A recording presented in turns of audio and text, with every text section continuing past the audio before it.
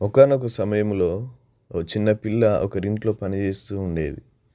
ఆ పాప దేవుని నమ్ముకుంది. ఆ కుటుంబ సభ్యులు ఆత్మీయులు కాదు. కావున అనేక రీతులుగా ఈ పాపను చిత్రహింసలకు గురి చేస్తూ ఉండేవారు. ప్రార్థన చేస్తుంటే వెనకాల నుండి తన్నడం, బైబిల్ చదువుతుంటే మొట్టికాయలు వేయడం, ఈ విధంగా హింసిస్తున్న ఆ పాప ఏనాడు వారి మీద కోపం తెచ్చుకోలేదు. ఇంతగా బాధ పెడుతున్న ఆ పాప ఏనాడు ఎదురు తిరిగి మాట్లాడడం కానీ, ద్వేషభావం కానీ పెంచుకోవడం చేయలేదు. ఈ హింసలన్నీ తాళలేక ఆ పాప ఒక రోజున కన్ను మూసింది. ఆ పాపను సమాధి చేయడానికి వచ్చిన వారు ఆ పాపను తీసుకువెళ్తూ ఆమె చేతిలో ఒక చిన్న చిట్టి ఉండడం గమనించి తెరిచి చూస్తే అందులో ఈ విధంగా వ్రాయబడి ఉంది: అతడు దౌర్జన్యం నొందెను, బాధింపబడినను అతడు నోరు తెరవలేదు.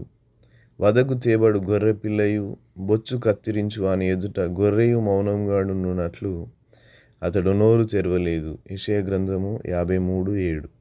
ఈ వాక్యాన్ని ఒక స్లిప్లో రాసుకొని తన గుప్పిట్లో పెట్టుకుంది.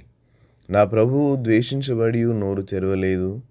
ఆ ప్రభువును కలిగిన నేను నన్ను హింసించు వారిని ఏ రీతిగా ద్వేషించగలను అని చెప్పి హింసను భరించి తన సాక్ష్యాన్ని కాపాడుకుంది. క్రీస్తును సంపూర్ణంగా అంగీకరించిన ఆ పాప క్రీస్తును సంపూర్ణంగా వెంబడించింది. చిన్నపిల్లే కానీ ఎంతో గొప్ప ఆత్మీయత. ఆత్మ ఫలాల్లోని ఒక గొప్ప లక్షణం దీర్ఘశాంతము, సహించడము లేదా ఓపికతో భరించడం.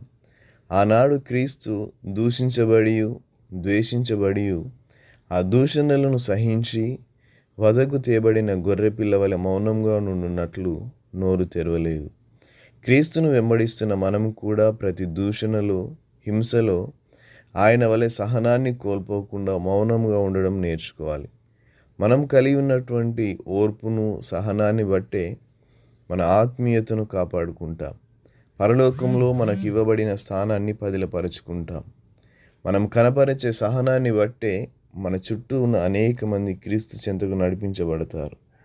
నిర్నిమిత్తంగా దూషింపబడినప్పటికీ, బాధించబడినప్పటికీ మౌనముగా క్రీస్తు వలె సహించడానికి, భరించడానికి ఆ పాప వలె ఈనాడే గొప్ప తీర్మానం తీసుకుందాం.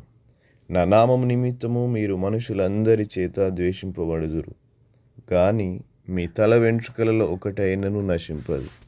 లూకా సువార్త 21:17-18. Thank you. God bless you.